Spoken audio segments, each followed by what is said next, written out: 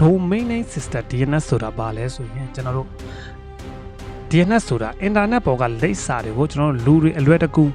မှတ်မိနိုင်တဲ့နာမည်နဲ့เนาะကွန်ပျူတာတွေနားလည်နိုင်တဲ့နံပါတ် IP address ပေါ့เนาะဒီကောင်တွေကိုချိတ်ဆက်ပေးတဲ့အဆင့်ဆင့်ခွဲချမ်းထားတဲ့ဗဟိုချုပ်ကိုင်မှုမရှိတဲ့เนาะနာမည်ပေးစနစ်တစ်ခုပါ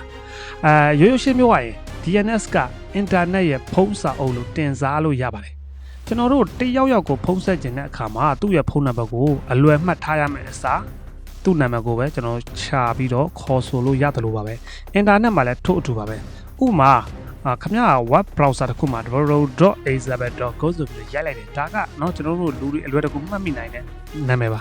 domain နာမည်ပေါ့เนาะနောက်တစ်ခုအဲ့ဒါကိုခင်ဗျားရဲ့ကွန်ပျူတာက DNS server ကိုမေးလိုက်တယ်ဒီ www.elizabeth.co ဆိုတဲ့နေရာကိုတွားဖို့အတွက်ဘယ် IP address ကိုတွားရမလဲဟုတ်ပြီ DNS က server ကိုပြန်ဖြည့်တယ်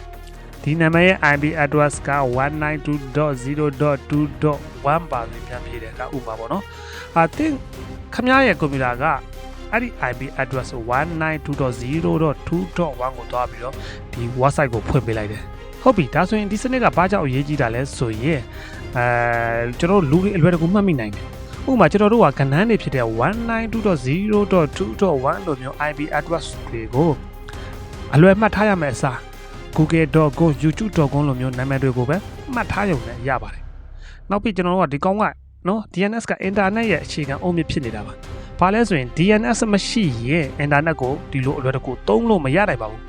website တိုင်းကို IP address တွေနဲ့ပဲတွားရမှာဖြစ်ပြီးတော့ကျွန်တော်တို့ကဏ္ဍတွေနဲ့မှတ်တာအရက်ခက်ခဲသွားမှာဖြစ်ပါတယ်ဒီစနစ်ရဲ့ထူးခြားတဲ့ချက်တွေကတော့ကျွန်တော်ခုနပြောသလိုပဲအဆင့်ဆင့်ခွဲချမ်းထားတာပေါ့နော်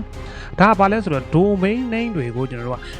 .com တို့ .org တို့ .edu စသဖြင့်ကျွန်တော်တို့ကအဆင့်တွေနဲ့စုစည်းထားပြီးတော့ရှာဖွေရလွယ်ကူအောင်ဖွဲ့စည်းထားပါတယ်နောက်တစ်ခုကျွန်တော်တို့ဗဟိုချုပ်ခိုင်မှုမရှိတာတော့ပါတာ